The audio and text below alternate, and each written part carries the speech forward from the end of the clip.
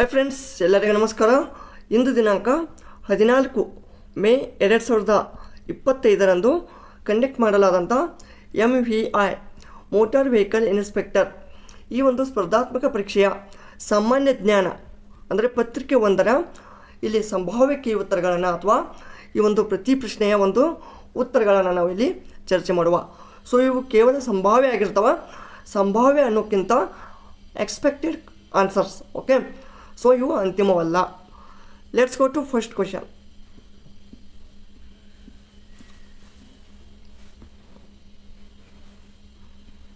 ಇಲ್ಲಿ ಮೊದಲನೇ ಕ್ವಶನ್ ನೋಡಿ. ಇಲ್ಲಿ ಇಂಗ್ಲೀಷ್ ಮತ್ತು ಕನ್ನಡ ಎರಡೂ ಭಾಷೆಯಲ್ಲಿ ಕೊಟ್ಟಿರ್ತಾರೆ. ಸೊ ನಾವು ಕನ್ನಡದಲ್ಲಿ ಹೋಗೋಣ ಬೆಟರು. ಮೊದಲನೇ ಕ್ವಶನ್ ಏನಿದೆ, ಪಟ್ಟಿ 1 ಮತ್ತು ಪಟ್ಟಿ 2 ಹೊಂದಿಸಿ. ಈ ಕೆಳಗೆ ಕೊಟ್ಟಿರುವ ಸಂಕೇತದಿಂದ ಸರಿಯಾದ ಉತ್ತರವನ್ನು ಆಯ್ಕೆ ಮಾಡಿ.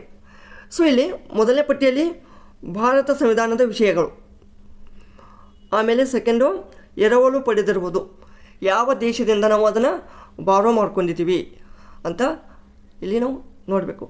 ಇಲ್ಲಿ ಮೊದಲನೇದಾಗಿ ಮೂಲಭೂತ ಹಕ್ಕುಗಳು, ಇದನ್ನು ಅಮೇರಿಕಾದಿಂದ ತೊಗೊಂಡಿದ್ವಿ.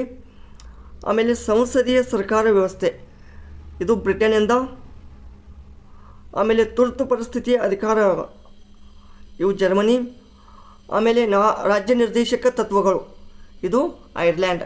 ಸೊ ಇಲ್ಲಿ ಆನ್ಸರ್ ಏನಾಗುತ್ತೆ ಕರೆಕ್ಟು? ಆಪ್ಷನ್ ನಂಬರ್ 2 ಆಗುತ್ತಾ. 2 ಹೇಗೆ? ಇದು 2, 1, 3, 4. 2, 1, 3, 4 ಯಾವುದಿದೆ? 2, 1, 3, 4. So option 2 is a correct answer. Next question 2 ನೋಡಿ. ಓಕೆ, ಕೇಂದ್ರ ಮತ್ತು ರಾಜ್ಯ ಸರ್ಕಾರಗಳ ಸಂಬಂಧಗಳಿಗೆ ಸಂಬಂಧಿಸಿದಂತೆ ಕೆಳಕಂಡ ಯಾವ ಸದನವು ಗೊತ್ತುವಳಿ ಅನುಮೋದನೆಗೊಳಿಸಿದ್ದಲ್ಲಿ ಭಾರತದ ಸಂಸತ್ತು ರಾಜ್ಯ ಪಟ್ಟಿಯಲ್ಲಿ ಬರುವ ಯಾವುದೇ ವಿಷಯಕ್ಕೆ ಸಂಬಂಧಪಟ್ಟಂತೆ ಶಾಸನಗಳನ್ನು ಮಾಡಬಹುದು. ಈಗ ನಾರ್ಮಲಾಗಿ ಯಾವುದೇ ಒಂದು ಶಾಸನವನ್ನು ಮಾಡಬೇಕಂದ್ರೆ ಅಥವಾ ಯಾವುದೇ ಒಂದು ಆ್ಯಕ್ಟನ್ನು, ಓಕೆ, ಯಾವುದೇ ಒಂದು ಬಿಲ್ಲನ್ನು ಒಂದು ಪಾಸ್ ಮಾಡಿ ಅಥವಾ ಅದು ರಿಸಾಲ್ಯೂಷನ್ ಮಾಡಬೇಕಂದ್ರೆ, ಸೊ ಇಲ್ಲಿ ನಾರ್ಮಲಾಗಿ 2/3 ನಮ್ಗೆ ಒಪ್ಪಿಗೆ ಬೇಕು. ಯಾವುದು? ರಾಜ್ಯಸಭೆಯಲ್ಲಿ 2/3 ಸದಸ್ಯರಿಗಿಂತ ಕಡಿಮೆ ಇಲ್ಲದ ಬಹುಮತದ ಮೂಲಕ, ಅಂದರೆ ರಾಜ್ಯ ಪಟ್ಟಿಯಲ್ಲಿ, ಅಂದರೆ ಇದು ರಾಜ್ಯಸಭೆಯಲ್ಲಿ ಬರ್ತದೆ. So option 4 is the right answer. Next question number 3 ನೋಡಿ. ಈ ಕೆಳಗಿನ ಯಾವ ಸಮಿತಿಯನ್ನು 1964ರಲ್ಲಿ ಭ್ರಷ್ಟಾಚಾರ ನಿರ್ಮೂಲನೆಗೆ ಸಂಬಂಧಿಸಿದಂತೆ ರಚಿಸಲಾಗಿದೆ? ಭ್ರಷ್ಟಾಚಾರ ನಿರ್ಮೂಲನೆ, ಇದು ಸಂತಾನಂ ಕಮಿಟಿ, ಇದನ್ನು 1964ರಲ್ಲಿ ಸ್ಥಾಪಿಸ್ತಾರೆ. ನೆಕ್ಸ್ಟು ಕ್ವಶನ್ ನಂಬರ್ 4, ಪಕ್ಷಾಂತರ ನಿಷೇಧ ಕಾಯ್ದೆ ಈ ತಿದ್ದುಪಡಿಗೆ ಸಂಬಂಧಿಸಿದೆ. ಅಂದರೆ ನಾವು ಇಂಗ್ಲೀಷಲ್ಲಿ ಏನಂತೀವಿ? Anti defection law. Actually it is related to, it's a option number ಏನಾಗುತ್ತೆ ಇಲ್ಲಿ? 52nd ಆಪ್ಷನ್ ನಂಬರ್ 1, 52ನೇ ತಿದ್ದುಪಡಿ.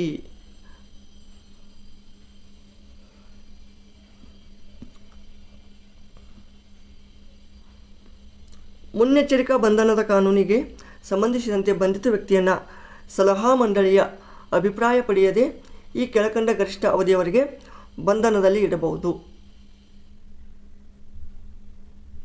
ಬಂಧನದಲ್ಲಿ, ಸೊ 3 ತಿಂಗಳು.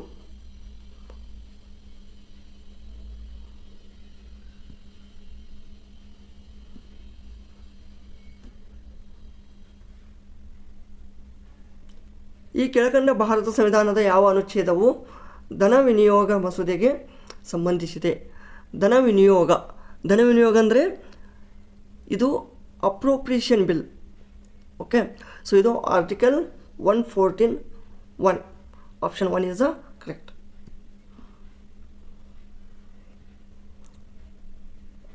ಕ್ವಶನ್ ನಂಬರ್ 7, ಭಾರತದ ರಾಷ್ಟ್ರಪತಿಯವರ ಅಧಿಕಾರಕ್ಕೆ ಸಂಬಂಧಿಸಿದಂತೆ ಈ ಕೆಳಕಂಡ ಹೇಳಿಕೆಗಳು ಸರಿಯಾಗಿವೆ. ಇಲ್ಲಿ ಯಾವ ಸರಿಯಾದವ ಅಂತ ಕೇಳಿದ್ದಾರೆ. ಅಂದರೆ ಇಲ್ಲಿ ABCDE ಈ 5 ಸಂಕೇತಗಳನ್ನು ಆಧರಿಸಿ ಸರಿಯಾದ ಉತ್ತರವನ್ನು ಆಯ್ಕೆ ಮಾಡಿರಿ. ಸೊ ಇಲ್ಲಿ ಭಾರತದ ರಾಷ್ಟ್ರಪತಿಯವರು ಕೇಂದ್ರ ಕಾರ್ಯಾಂಗದ ಮುಖ್ಯಸ್ಥರಾಗಿರ್ತಾರೆ, ಕರೆಕ್ಟ್ ಅದ. ಇವರು ಸಾಂವಿಧಾನಿಕ ಮುಖ್ಯಸ್ಥರು, ಹೌದು. ಸರ್ಕಾರದ ಮುಖ್ಯಸ್ಥರು ಅಲ್ಲ, ಸರ್ಕಾರದ ಮುಖ್ಯಸ್ಥರು ಯಾರು? Prime minister. ರಕ್ಷಣಾ ದಳದ ಮಹಾದಂಡನಾಯಕ, ಹೌದು. ಆರ್ಮಿ, ನೇವಿ, ಏರ್ಫೋರ್ಸ್ ಈ ಮೂರು ದಳದ ಮಹಾದಂಡನಾಯಕರು. ನೆಕ್ಸ್ಟ್ ಕ್ಯಾಬಿನೆಟ್ನ ಮುಖ್ಯಸ್ಥರು ಅಲ್ಲ. ಸೊ ಇಲ್ಲಿ ಎ ಬಿ ಡಿ ಮಾತ್ರ ಕರೆಕ್ಟ್ ಆಗುತ್ತೆ.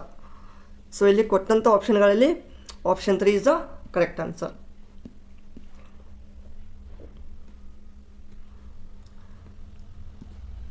ಯಾವ ಘಟನೆಯ ತರುವಾಯ ಗಾಂಧೀಜಿಯವರು ಅಸಹಕಾರ ಚಳುವಳಿಯನ್ನು ತಕ್ಷಣವೇ ನಿಲ್ಲಿಸಿದರು?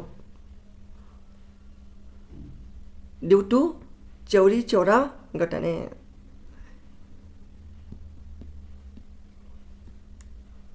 ಯಾವ ವಿಜಯದ ನೆನಪಿಗಾಗಿ ಅಕ್ಬರ್ ಫತೇಪುರ್ ಸಿಕ್ರಿಯಲ್ಲಿ ಬುಲಂದ್ ದರ್ವಾಜವನ್ನು ನಿರ್ಮಿಸಿದ? ಸೊ ಅಕ್ಬರನು ಈ ಒಂದು ಗುಜರಾತ್ನ ಒಂದು ವಿಜಯದ ಮೇಲೆ, ಆ ಒಂದು ವಿಜಯದ ನೆನಪಿಗಾಗಿ ಫತೇಪುರ್ ಸಿಕ್ರಿಯಲ್ಲಿ ಬುಲಂದ್ ದರ್ವಾಜವನ್ನು ನಿರ್ಮಿಸಿದ. ಶಿವಾಜಿಯನ್ನು ಶಿಕ್ಷಿಸಲು ಬಿಜಾಪುರದ ಸುಲ್ತಾನಿಂದ ಕಳುಹಿಸಲ್ಪಟ್ಟ ಸೇನಾನಿ ಯಾರು? ಅಫ್ಜಲ್ ಖಾನ್.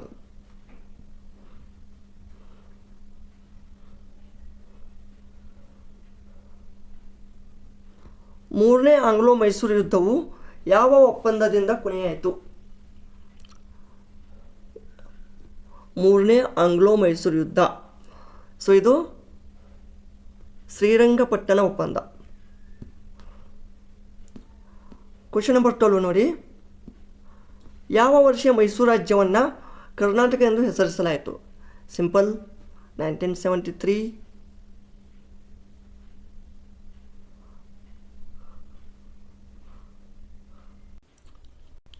ಡೇಟ್ ಯಾವುದು? ನವೆಂಬರ್ 1. ಕುವೆಂಪು ಯಾವ ವರ್ಷದಲ್ಲಿ ಜ್ಞಾನಪೀಠ ಪ್ರಶಸ್ತಿಯನ್ನು ಪಡೆದರು? 1967. ಇವರು ಕನ್ನಡದಲ್ಲಿ ಮೊದಲಿಗರು. ಐಹೊಳೆಯನ್ನು ಭಾರತೀಯ ದೇಗುಲದ ವಾಸ್ತುಶಿಲ್ಪದ ತೊಟ್ಟಿಲು ಎಂದು ಯಾರು ಕರೆದರು?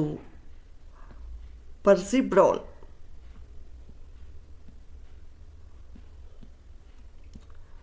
ಕರ್ನಾಟಕದ ಈ ನದಿಗಳಲ್ಲಿ ಪೂರ್ವಕ್ಕೆ ಹರಿಯುವ ನದಿ ಯಾವುದು? ನೋಡಿ, ತುಂಗಾ ಇದು ಪಶ್ಚಿಮಕ್ಕೆ ಹರಿಯುತ್ತದೆ. ಅಘನಾಶಿನಿ, ವರಾಹಿ, ಕಾಳೆ, ಸಾರಿ ಅಘನಾಶಿನಿ ಇಲ್ಲಿ ಪೂರ್ವಕ್ಕೆ ಎಂದಿದ್ದಾರೆ ನೋಡಿ. ಈ ರೀತಿ ಇದು ಇದೆ ಅಂದರೆ ಇದು ಪೂರ್ವ, ಇದು ಪಶ್ಚಿಮ. ತುಂಗಾ ನದಿ ಪೂರ್ವಕ್ಕೆ ಹರಿತದ, ಅಘನಾಶಿನಿ ಪಶ್ಚಿಮಕ್ಕೆ, ವರಾಹಿ ಪಶ್ಚಿಮಕ್ಕೆ, ಮತ್ತು ಕಾಳಿ ಪಶ್ಚಿಮಕ್ಕೆ. ಅಂದರೆ ಇಲ್ಲಿ ಕರೆಕ್ಟ್ ಆನ್ಸರ್ ಏನು? ತುಂಗಾ.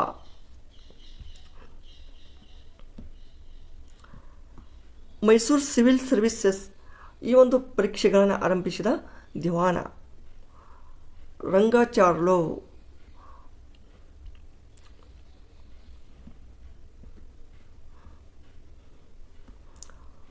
ಹದಿನೇಳನೇ ಕ್ವಶನು. ರಾಷ್ಟ್ರಕೂಟ ಸಾಮ್ರಾಜ್ಯವನ್ನು ಸಂದರ್ಶಿಸಿದ ಅರಬ್ ಪ್ರವಾಸಿ? ಸುಲೇಮಾನ್.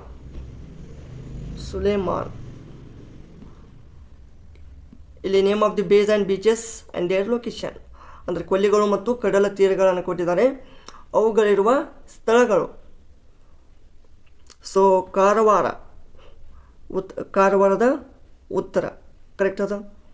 ಬಿಂಗೆ ಇದು ದಕ್ಷಿಣದ, ಅಂದರೆ ಕಾರವಾರದ ದಕ್ಷಿಣ. ಬೇಲೆಕೇರಿ ಇದು ಏನು? ಅಂಕೋಲಾದ ಉತ್ತರ. ಆಮೇಲೆ Panambur south of the Ankola. So ಆದ್ದರಿಂದ ಇಲ್ಲಿ ಎಲ್ಲ ಜೋಡಿಗಳು ಸರಿಯಾಗಿದ್ದಾವೆ. ನೆಕ್ಸ್ಟ್ 19ನೇ ಕ್ವಶನ್ ನೋಡಿ. ಇದು LM ಸಿಂಘ್ವಿಯ ಒಂದು ಸಮಿತಿಯ ಶಿಫಾರಸು ಯಾವುದರ ಬಗ್ಗೆ ಇದೆ ಅಂತ ಕೇಳಿದ್ದಾರೆ ಇಲ್ಲಿ.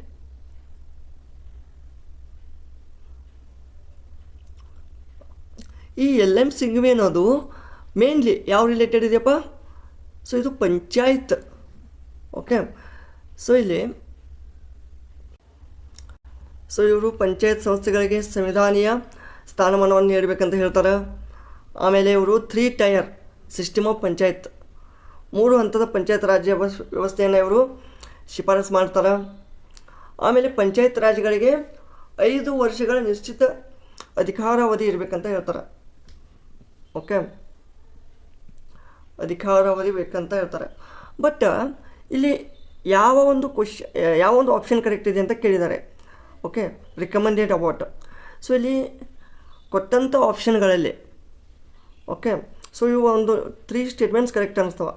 ಬಟ್ ಇದು ಸುಟೇಬಲ್ ಆಪ್ಷನ್ಸು ಕರೆಕ್ಟಾಗಿ ಕೊಟ್ಟಿಲ್ಲ ಇವರು.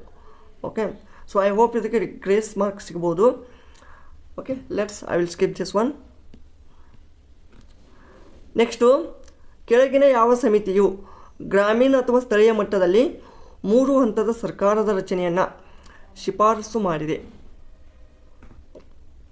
ಬಲವಂತರಾಯ್ ಮೆಹ್ತಾ ಸಮಿತಿ.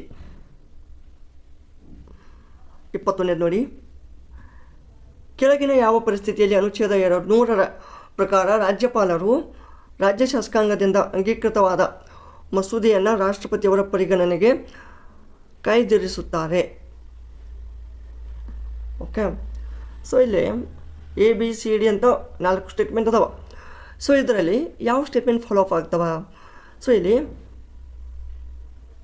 ನೋಡಿ, ರಾಜ್ಯಪಾಲರು ರಾಜ್ಯ ಶಾಸಕಾಂಗದಿಂದ ಅಂಗೀಕೃತವಾದ ಮಸೂದೆಯನ್ನು ರಾಷ್ಟ್ರಪತಿಯವರ ಪರಿಗಣನೆಗೆ, ಈಗ ಅವರಿಗೆ ಕರೆಕ್ಟಾಗಿ ಅನ್ನಿಸ್ತಂದ್ರೆ ಅವರು ಪಾಸ್ ಮಾಡಿ ಅದನ್ನು ಕಳಿಸ್ತಾರೆ. ಬಟ್ ರಾಷ್ಟ್ರಪತಿಯವರ ಒಂದು ಅನುಮತಿ ಸಂಬಂಧ ಅವರು ವೇಟ್ ಮಾಡ್ತಾರೆ ಅಂತ ಇಲ್ಲಿ ಹೇಳಿದ್ದಾರೆ. ಸೊ ಇಲ್ಲಿ ಒಂದೇನದೇ, ಮಸೂದೆಯು ಅಸಂವಿಧಾನಾತ್ಮಕ ಇದ್ರೆ ಸೊ ಇದು ಕರೆಕ್ಟ್ ಆಗ್ತದೆ. ಆಮೇಲೆ ಅದು ರಾಷ್ಟ್ರದ ಬಹುಸಂಖ್ಯಾತರ ಹಿತಾಸಕ್ತಿಯ ವಿರುದ್ಧವಿದ್ದರೆ, ಹೌದು, ಇದು ಕೂಡ ಕರೆಕ್ಟ್ ಆಗ್ತದೆ. ಅಂದರೆ ಈ ಒಂದು ಸಂದರ್ಭದಲ್ಲಿ ಕೂಡ ಅವರು ರಾಷ್ಟ್ರಪತಿಯವರ ಒಂದು ಅನುಮೋದನೆಗೆ ಅವರು ಇದನ್ನು ಕಾಯ್ದಿರಿಸ್ತಾರೆ. ಸಿ, ಅದು ಪರೋಕ್ಷವಾಗಿ ರಾಜ್ಯ ನಿರ್ದೇಶಕ ತತ್ವಗಳಿಗೆ ವಿರುದ್ಧವಾಗಿದ್ದರೆ.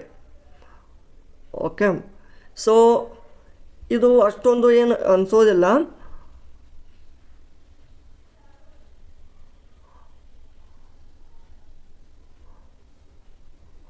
ಸೊ ಬೆಟರ್ ಇಲ್ಲಿ ಪ್ರಧಾನಮಂತ್ರಿ ಸಲಹೆ ಮೇರೆಗೆ ಅದೊಂದು ಆಪ್ಷನ್ ಮ್ಯಾಟ್ರ್ ಆಗುತ್ತೆ.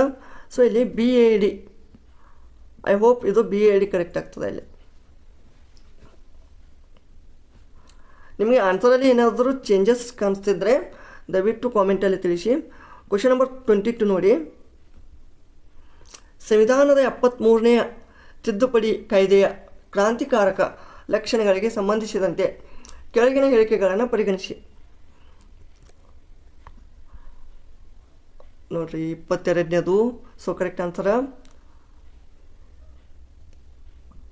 ಈ 73ನೇ ತಿದ್ದುಪಡಿ ಇದು ಪಂಚಾಯತ್ ರಾಜ್ ಸಂಸ್ಥೆಗೆ ಸಂವಿಧಾನಾತ್ಮಕ ಸ್ಥಾನಮಾನ ಕೊಟ್ಟರು ಮತ್ತು ಇವುಗಳಿಗೆ ಕಡ್ಡಾಯ ಚುನಾವಣೆಗಳು, 3 ಹಂತದ ಪಂಚಾಯತ್ ರಾಜ್ ಸಂಸ್ಥೆ ಮತ್ತು ಈ ಒಂದು ಸಂಸ್ಥೆಯಲ್ಲಿ ಮಹಿಳೆಯರಿಗೆ ಅಧ್ಯಕ್ಷ ಮತ್ತು ಸ್ಥಾನಗಳಲ್ಲಿ ಸೇರಿಸಿ 1/3 ಮೀಸಲಾತಿ ಒದಗಿಸಲಾಗಿದೆ. ಸೊ ಇಲ್ಲಿ ABCD ಎಲ್ಲವೂ ಕರೆಕ್ಟ್ ಆಗ್ತವೆ. ನೆಕ್ಸ್ಟ್ 23rd ಕ್ವಶನ್ ನೋಡಿ, ರಾಜ್ಯಪಾಲರಿಗೆ ಸಂಬಂಧಿಸಿದ ಕೆಳಗಿನ ಹೇಳಿಕೆಗಳನ್ನು ಪರಿಗಣಿಸಿರಿ. ಸೊ ಅವರು ತಮ್ಮ ರಾಜೀನಾಮೆ ಪತ್ರವನ್ನು ರಾಜ್ಯದ ಮುಖ್ಯ ನ್ಯಾಯಾಧೀಶರಿಗೆ ಸಲ್ಲಿಸುತ್ತಾರೆ ಅಂತ ಅಂದಿದ್ದಾರೆ. Okay, so actually he submits the resignation letter to the Chief Justice of the State. ಹೌದು, ಕರೆಕ್ಟ್ ಅದ. ಸಾರಿ, ಕರೆಕ್ಟ್ ಆಗಲ್ಲ. ಯಾಕಂದರೆ ಅವರು ರಾಜ್ಯಪಾಲರು ತಮ್ಮ ಒಂದು ಇಲ್ಲಿ ಏನು ಕೇಳಿದರೆ, ಮೇಲಿನ ಯಾವುವು ತಪ್ಪು ಹೇಳಿಕೆಗಳಾಗಿವೆ. ತಪ್ಪು ಹೇಳಿಕೆ, ಸೊ ಇದು ತಪ್ಪದ. ಎಸ್ ಅಂದರೆ ನಂದು ಅದೇ ಹೇಳೋದು, ಇದು ತಪ್ಪದ. ಅವರು ತಮ್ಮ ರಾಜೀನಾಮೆ ಪತ್ರವನ್ನು ಯಾರಿಗೆ ಸಬ್ಮಿಟ್ ಮಾಡ್ತಾರೆ? ಪ್ರೆಸಿಡೆಂಟಿಗೆ. ಅವರಿಗೆ 35 ವರ್ಷ ತುಂಬಿರಬೇಕು, ಅದು ಕರೆಕ್ಟ್ ಅದ. ರಾಷ್ಟ್ರಪತಿಗಳು ರಾಜ್ಯಪಾಲರ ಪರಿಹಾರ ಭತ್ಯೆಗಳು ಮತ್ತು ಸವಲತ್ತುಗಳನ್ನು ನಿರ್ಧರಿಸುತ್ತಾರೆ ಅಂದಿದ್ದಾರೆ. ಸೊ ಆ್ಯಕ್ಚುಲಿ ಇವರ ಒಂದು ಪರಿಹಾರ ಮತ್ತು ಭತ್ಯೆಗಳು ಅಥವಾ ಸವಲತ್ತುಗಳನ್ನು ಡಿಸೈಡ್ ಮಾಡೋದು ಪಾರ್ಲಿಮೆಂಟು, ನಾಟ್ ಪ್ರೆಸಿಡೆಂಟು. ಇದು ರಾಂಗ್. ಅವರ ವಿರುದ್ಧ ಯಾವುದೇ ಕ್ರಿಮಿನಲ್ ಮೊಕದ್ದಮೆ ಹೂಡಲು ಸಾಧ್ಯವಿಲ್ಲ. ಏನಿಲ್ಲ, ಅದನ್ನು ಹೂಡ್ಬೋದು. ಸೊ ಇಲ್ಲಿ ಹೇಳಿಕೆ ಯಾವ ತಪ್ಪದವ? ಎ ಮತ್ತು ಸಿ. ಎ ಮತ್ತು ಸಿ ತಪ್ಪು. 24th ಕ್ವೆಶ್ಚನ್ ನೋಡಿ. ಕೆಳಗಿನ ಯಾವುದು ಜಿಲ್ಲಾಡಳಿತದ ಕಾರ್ಯವಲ್ಲ? It's not A function of district administration. ಇದು ವಿದೇಶಾಂಗ ನೀತಿಯನ್ನು ನಿರ್ಧರಿಸುವುದು. ಇಲ್ಲಿ 25th, ರಾಜ್ಯ ಸಚಿವಾಲಯದ ಶ್ರೇಣಿಯನ್ನು ಅತ್ಯುನ್ನತದಿಂದ ಕೆಳಗೆ ವ್ಯವಸ್ಥೆ ಮಾಡಿ ಅಥವಾ ಒಂದು ಅನುಕ್ರಮದಲ್ಲಿ ಬರೆಯಿರಿ. ಮೊದಲು ಸೆಕ್ರೆಟ್ರಿ ಅಂದರೆ ಕಾರ್ಯದರ್ಶಿ ಮೊದಲು, ಆಮೇಲೆ ಸ್ಪೆಷಲ್ ಸೆಕ್ರೆಟರಿ ಬರ್ತಾರೆ, ವಿಶೇಷ ಕಾರ್ಯದರ್ಶಿ, ಆಮೇಲೆ ಜಂಟಿ ಸೆಕ್ರೆಟ್ರಿ, ಆಮೇಲೆ ಡೆಪ್ಯೂಟಿ ಅಂದರೆ ಉಪ ಕಾರ್ಯದರ್ಶಿ, ಆಮೇಲೆ ಅಧೀನ ಕಾರ್ಯದರ್ಶಿ.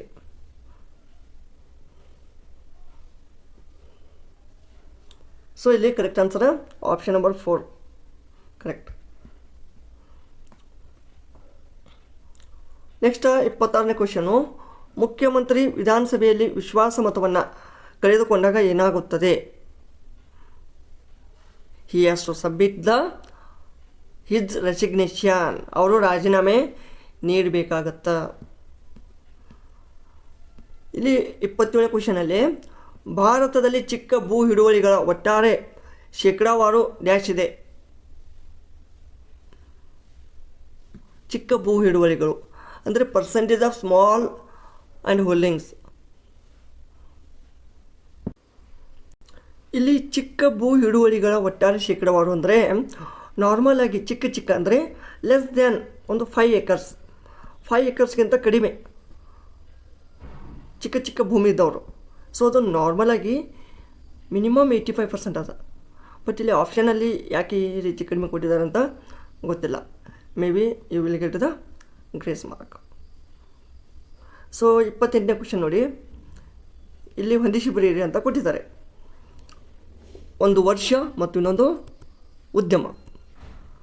ಸೊ ಒಂದೇದು 1923ರಲ್ಲಿ ಮೈಸೂರು ಶುಗರ್ ಅಥವಾ ಮೈಸೂರು ಸಕ್ಕರೆ ಕಂಪನಿ ಕರೆಕ್ಟ್ ಅದ. ಇದು A1 ಆಗ್ತದ. ಈ ಕೆಳಗೆ ನೀಡಲಾದ ಆಯ್ಕೆಗಳಿಂದ ಸರಿಯಾದ ಉತ್ತರ ಗುರುತಿಸಿ ಅಂತ ಅಂದಿದ್ದಾರೆ. ಓಕೆ, ಸಾರಿ. ಸೊ 1923ರಲ್ಲಿ ಮೈಸೂರು ಕಬ್ಬಿಣ ಮತ್ತು ಉಕ್ಕು ಕಾರ್ಖಾನೆಯನ್ನು ಸ್ಥಾಪಿಸ್ತಾರೆ, 4th. ಆಮೇಲೆ 1918ರಲ್ಲಿ ಮೈಸೂರು ಸ್ಯಾಂಡಲ್ ಸೋಪ್ ಕಾರ್ಖಾನೆ, 18ರಲ್ಲಿ ಮೊಟ್ಟ ಮೊದಲು ಮೈಸೂರು ಸ್ಯಾಂಡಲ್ ಸೋಪ್ ಕಾರ್ಖಾನೆ ಅಲ್ಲೇ ಆಗ್ತದೆ. ಓಕೆ, ಆಮೇಲೆ 1933ರಲ್ಲಿ ಸಕ್ಕರೆ ಕಂಪನಿ ಮೈಸೂರು, 312. 37ರಲ್ಲಿ paper mill. So option 1 is a correct. ಭಾರತದ ಯಾವ ರಾಜ್ಯ ಸಿದ್ಧ ಉಡುಪುಗಳ ತಯಾರಿಕಾ ರಾಜಧಾನಿಯಾಗಿದೆ? Capital city of readymade garments. ಯಾವ ರಾಜ್ಯ ಅಂತ ಕೇಳಿದ್ದಾರೆ. ಸೊ ಇಲ್ಲಿ ಕರೆಕ್ಟ್ ಆನ್ಸರ್ ಬೆಂಗಳೂರು ಆಗುತ್ತೆ ಸಿಟಿ, ಬಟ್ ಅದು ಸ್ಟೇಟ್ ಯಾವುದು? ಕರ್ನಾಟಕ. 30ನೇ ಕ್ವೆಶ್ಚನು. ಕರ್ನಾಟಕದಲ್ಲಿ ಜಲ್ ಜೀವನ್ ಮಿಷನ್ ಉದ್ದೇಶ ಏನು? Jal Jeevan Mission safe and pure water, ಸುರಕ್ಷಿತ ಮತ್ತು ಶುದ್ಧ ನೀರು. ನೆಕ್ಸ್ಟ್ ಇಲ್ಲಿ 31ನೇ ಕ್ವೆಶ್ಚನ್ ನೋಡಿ. 31ನೇ ಕ್ವೆಶ್ಚನ್. ಈ ಕೆಳಗೆ ಕೊಟ್ಟಂಥ ಒಂದು ಮ್ಯಾಚಿಂಗ್ ಪೇರಲ್ಲಿ ಯಾವುದು ಹೊಂದಾಣಿಕೆ ಆಗ್ತಾ ಇಲ್ಲ ಅಂತ ಕೇಳಿದ್ದಾರೆ. ಸೊ ಇಲ್ಲಿ ಕರ್ನಾಟಕ ಹಣಕಾಸು ಆಯೋಗಗಳನ್ನು ಕೊಟ್ಟಿದ್ದಾರೆ. ಮೊದಲನೇ ಹಣಕಾಸು ಆಯೋಗದ ಒಂದು ಅಧ್ಯಕ್ಷರು ಯಾರಿದ್ದರು? Chairman doctor G Thimmaiah, 1996. ಆಮೇಲೆ KP ಸುರೇಂದ್ರನಾಥ್, ಕರೆಕ್ಟ್ ಅದ, 2002. ಆಮೇಲೆ ಮೂರನೇ ಕರ್ನಾಟಕ ಹಣಕಾಸು ಆಯೋಗ AG ಕೋಡ್ಗಿ ಆಗ್ತಾರೆ. A G Kodgi. C Narayana Swamy ಅವರು ಇವಾಗ ಸದ್ಯಕ್ಕೆ ಇದ್ದಾರೆ, ಡಾಕ್ಟರ್ ಸಿ ನಾರಾಯಣ ಸ್ವಾಮಿ ಇವರು 5ನೇ ಕರ್ನಾಟಕ ಹಣಕಾಸು ಆಯೋಗದ ಚೇರ್ಮನ್ ಇವರು. Okay, C Narayana Swamy. 3ನೇದು ಎ ಜಿ ಕೋಡ್ಗಿ, 4ನೇದು ಸಿ ಜಿ ಚಿನ್ನಸ್ವಾಮಿ. ಸೊ ಇವೆಲ್ಲ ಕರೆಕ್ಟ್ ಅವ, ಹೊಂದಾಣಿಕೆ ಇದು ಮಾತ್ರ ಆಗ್ತಾ ಇಲ್ಲ. So option 3 is the correct answer. Next ನೋಡಿ, ಲ್ಯಾಕ್ಟೋಸ್ ಇವುಗಳಿಂದ ರೂಪುಗೊಂಡಿದೆ. ಲ್ಯಾಕ್ಟೋಸ್ ಇದು ಗ್ಲುಕೋಸ್ ಮತ್ತು ಗ್ಯಾಲಕ್ಟೋಸ್. ಆಪ್ಷನ್ 3. ಮನುಷ್ಯನ ದೇಹದಲ್ಲಿರೋ ಉದ್ದನೆಯ ಮೂಳೆ ಯಾವುದು? The longest bone in the human body is femur. Option 4 is the correct. Longest distance migratory bird ಅಂದರೆ ಅತಿ ದೂರದ ವಲಸೆ ಹಕ್ಕಿ ಯಾವುದು? Arctic turn.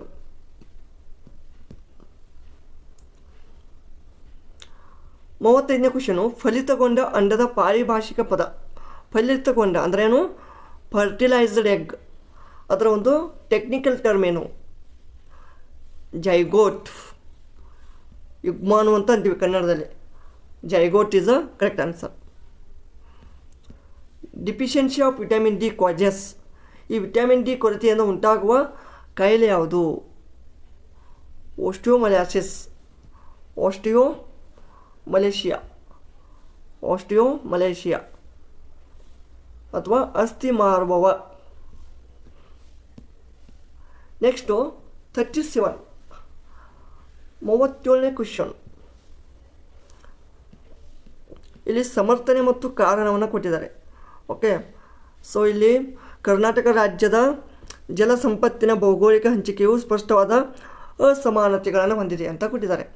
ಕಾರಣ ಏನು? ಪಶ್ಚಿಮಕ್ಕೆ ಹರಿಯುವ ನದಿಗಳು ರಾಜ್ಯದ ಒಟ್ಟು ಭೂಪ್ರದೇಶದ 13.68% ಮಾತ್ರ ಆಕ್ರಮಿಸಿಕೊಂಡಿವೆ. ಆದರೆ ರಾಜ್ಯವು ಮೇಲ್ಮೈ ನೀರಿನ ಸಿಂಹದ ಪಾಲನ್ನು ಅಂದರೆ ಸುಮಾರು 58.3% ಇಷ್ಟನ್ನು ಒಂದು ಹೊಂದಿದೆ ಅಂತ ಕೊಟ್ಟಿದ್ದಾರೆ. ಸೊ ಇದರಲ್ಲಿ ಸಮರ್ಥನೆ ಕರೆಕ್ಟಾ, ಕಾರಣ ಕರೆಕ್ಟಾ, ಅಥವಾ ಸಮರ್ಥನೆಗೆ ಕಾರಣ ಕರೆಕ್ಟ್ ಇದೆಯಾ ಅಂತ ನಾವು ಇಲ್ಲಿ ಕಂಡುಹಿಡಿಬೇಕು. Let's see here.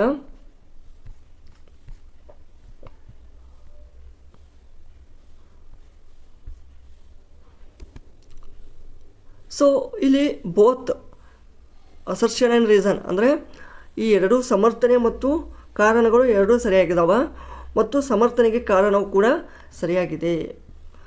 ಸೊ ಇಲ್ಲಿ option 1 is the correct answer ಆಗುತ್ತೆ.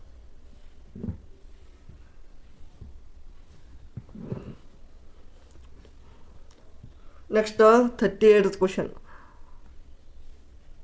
ಕರ್ನಾಟಕದಲ್ಲಿ ರಾಜ್ಯವು ಕೆಳಗಿನ ನದಿಗಳನ್ನು ಉತ್ತರದಿಂದ, ನೋಡಿ ಈ ರೀತಿ ಕರ್ನಾಟಕ ಇದೆ, ಜಸ್ಟ್ ಮಿನಿಟ್, ಉತ್ತರದಿಂದ ದಕ್ಷಿಣಕ್ಕೆ ಕ್ರಮವಾಗಿ ಜೋಡಿಸಿ. ನೋಡಿ ಉತ್ತರದಿಂದ ಕೆಳಗಡೆ ದಕ್ಷಿಣಕ್ಕೆ ಯಾವ ರೀತಿ ಬರ್ತದೆ ಅಂತ ಕೇಳಿದ್ದಾರೆ. ಸೊ ಮೊದಲು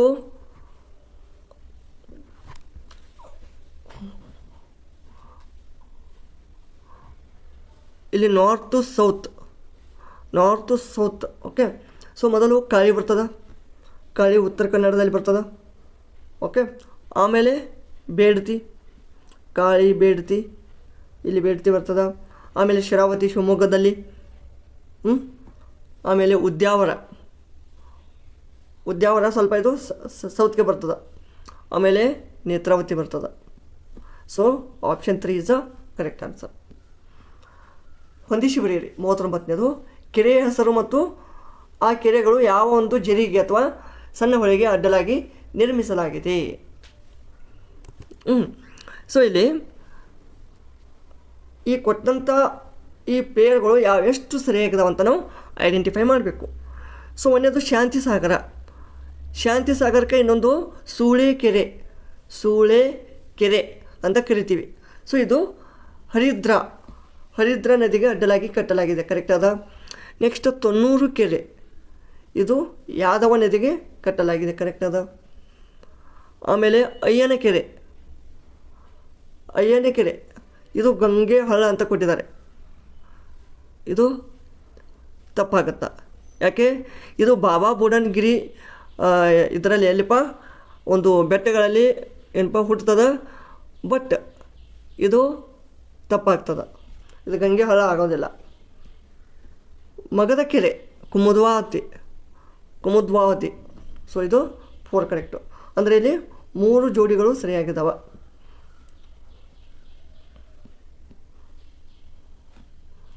ನೆಕ್ಸ್ಟ್, ಕರ್ನಾಟಕ ಕೃಷಿ ಇಲಾಖೆಯು ರಾಜ್ಯದಲ್ಲಿ ಎಷ್ಟು ಪ್ರಮುಖ ಕೃಷಿ ವಾಯು ಗುಣವನ್ನು ಅಥವಾ ಕೃಷಿ ವಾಯು ಗುಣ ಪ್ರದೇಶಗಳನ್ನು ಗುರುತಿಸಿದೆ ಅಂತ ಕೊಟ್ಟಿದ್ದಾರೆ. ಇಲ್ಲಿ ಕೃಷಿ ಇಲಾಖೆಯಲ್ಲಿ ನೋಡಿ ಆಪ್ಷನ್ ಕೊಟ್ಟಿದ್ದಾರೆ, 12 ಕೊಟ್ಟಿದ್ದಾರೆ, 8, 6, 10. ಸೊ ಇಲ್ಲಿ ಕರೆಕ್ಟ್ ಆನ್ಸರ್ ಏನಾಗುತ್ತೆ?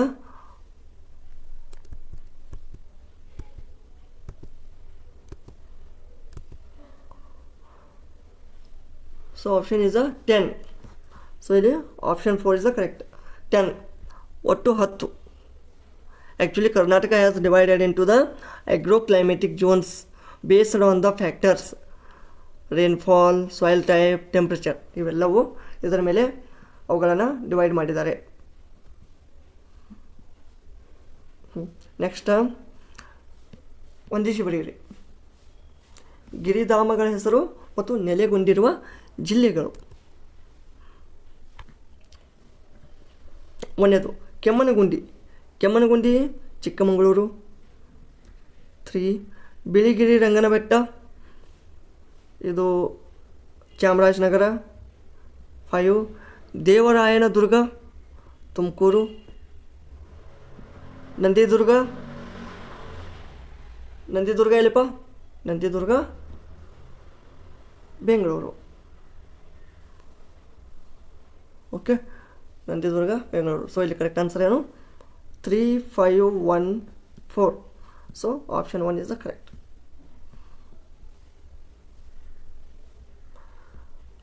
ನಲವತ್ತೆರಡನೇದು, ಪಂಚಾಯತ್ ರಾಜ್ ಗ್ರಾಮೀಣ ಸ್ಥಳೀಯ ಸರ್ಕಾರ ಆಡಳಿತ ಪದ್ಧತಿಯನ್ನು ಪ್ರಥಮ ಬಾರಿಗೆ ಅನುಕ್ರಮವಾಗಿ ಅಳವಡಿಸಿಕೊಂಡ ರಾಜ್ಯಗಳು ಯಾವುವು? ನೋಡಿ, ಗ್ರಾಮೀಣ ಸ್ಥಳೀಯ ಸರ್ಕಾರ ಇವುಗಳನ್ನು ಮೊಟ್ಟ ಮೊದಲು ಯಾವ ರಾಜ್ಯಗಳು ಅಳವಡಿಸಿಕೊಂಡಿವೆ? ಒಂದು ರಾಜಸ್ಥಾನ, ಇನ್ನೊಂದು ಆಂಧ್ರ ಪ್ರದೇಶ್. ಪ್ರಥಮವಾಗಿ, ಅನುಕ್ರಮವಾಗಿ ಎಂದಿದ್ದಾರೆ, ಇಂಪಾರ್ಟೆಂಟ್ ನೆನಪಿರಲಿ. ಮೊದಲು ಇಲ್ಲಿ ನೋಡಿ, ಆಂಧ್ರ ಪ್ರದೇಶ ರಾಜಸ್ಥಾನ ಎಲ್ಲಿ ಇದೆ? ಬಟ್ ಮೊದಲು ಆಂಧ್ರ ಪ್ರದೇಶ ಅಂದ್ರೆ ತಪ್ಪಾಗತ್ತಾ? ಮೊದಲು ರಾಜಸ್ಥಾನ, ಆಮೇಲೆ ಆಂಧ್ರ ಪ್ರದೇಶ್. 43ನೇ ಕ್ವಶನು, ಮುಖ್ಯಮಂತ್ರಿಗಳ ಅಧಿಕಾರ ಚಲಾವಣೆಯಲ್ಲಿ ಈ ಕೆಳಗಿನ ಯಾವ ಹೇಳಿಕೆ ಸರಿಯಾಗಿದೆ?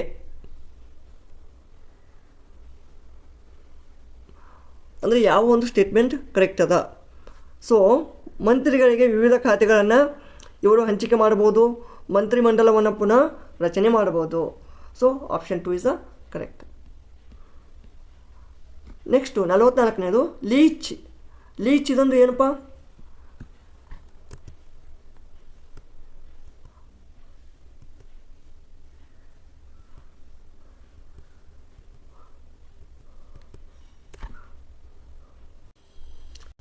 ಇದೊಂದು ರಕ್ತಹಾರಿ ಪ್ರಾಣಿ, ಅಥವಾ ನಾವು ಸ್ಯಾಂಗ್ವಿವೋರಸ್ ಅಂತ ಅಂತೀವಿ.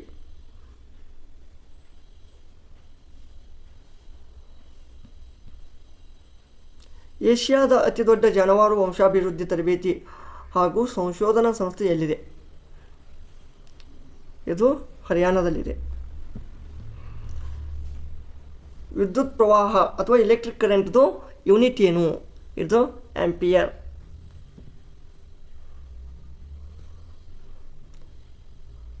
ಆಮೇಲೆ ಸೌರಮಂಡಲದ ಅತ್ಯಂತ ದೊಡ್ಡ ಉಪಗ್ರಹ, ಅತಿ ದೊಡ್ಡ ಗ್ರಹ ಗುರುಗ್ರಹ, ಉಪಗ್ರಹ ಗ್ಯಾನಿಮೇಡ್ ಇದು ಗುರುಗ್ರಹದ ಅಥವಾ ಜುಪಿಟರ್ದ ಮೂನು ಅಥವಾ ಉಪಗ್ರಹ ಗ್ಯಾನಿಮೇಡ್. ಮ್ಯಾಕ್ಸಿಮಮ್ ಜನ ಟೈಟನ್ ಅಂತ ಅಂತಾರೆ, ಟೈಟನ್ ರಾಂಗು. ಗ್ಯಾನಿಮೇಡ್ ಅತಿ ದೊಡ್ಡ ಒಂದು ಉಪಗ್ರಹ ಇನ್ನು ಸೋಲಾರ್ ಸಿಸ್ಟಮ್. ಇಲ್ಲಿ ಲೋಲಕದ ಗಡಿಯಾರದ ಆವರ್ತನ ಅವಧಿ ಎಷ್ಟು? 2 ಸೆಕೆಂಡ್. ಈ ಕೆಳಗಿನವುಗಳಲ್ಲಿ ಯಾವುದು ನವೀಕರಿಸಬಹುದಾದ ಶಕ್ತಿಯ ಮೂಲವಾಗಿದೆ? ಸೂರ್ಯ. ಇದು ನವೀಕರಿಸ ಅಥವಾ ರಿನ್ಯೂವೇಬಲ್ ಎನರ್ಜಿ. ನೆಕ್ಸ್ಟ್ 50ನೇದು, ಈ ಕೆಳಗಿನವುಗಳಲ್ಲಿ ಹಸಿರು ಮನೆ ಅನಿಲ ಯಾವುದು? ಹಸಿರು ಮನೆ ಅನಿಲ ಯಾವುದು? Carbon dioxide. Option number 4 is the correct answer.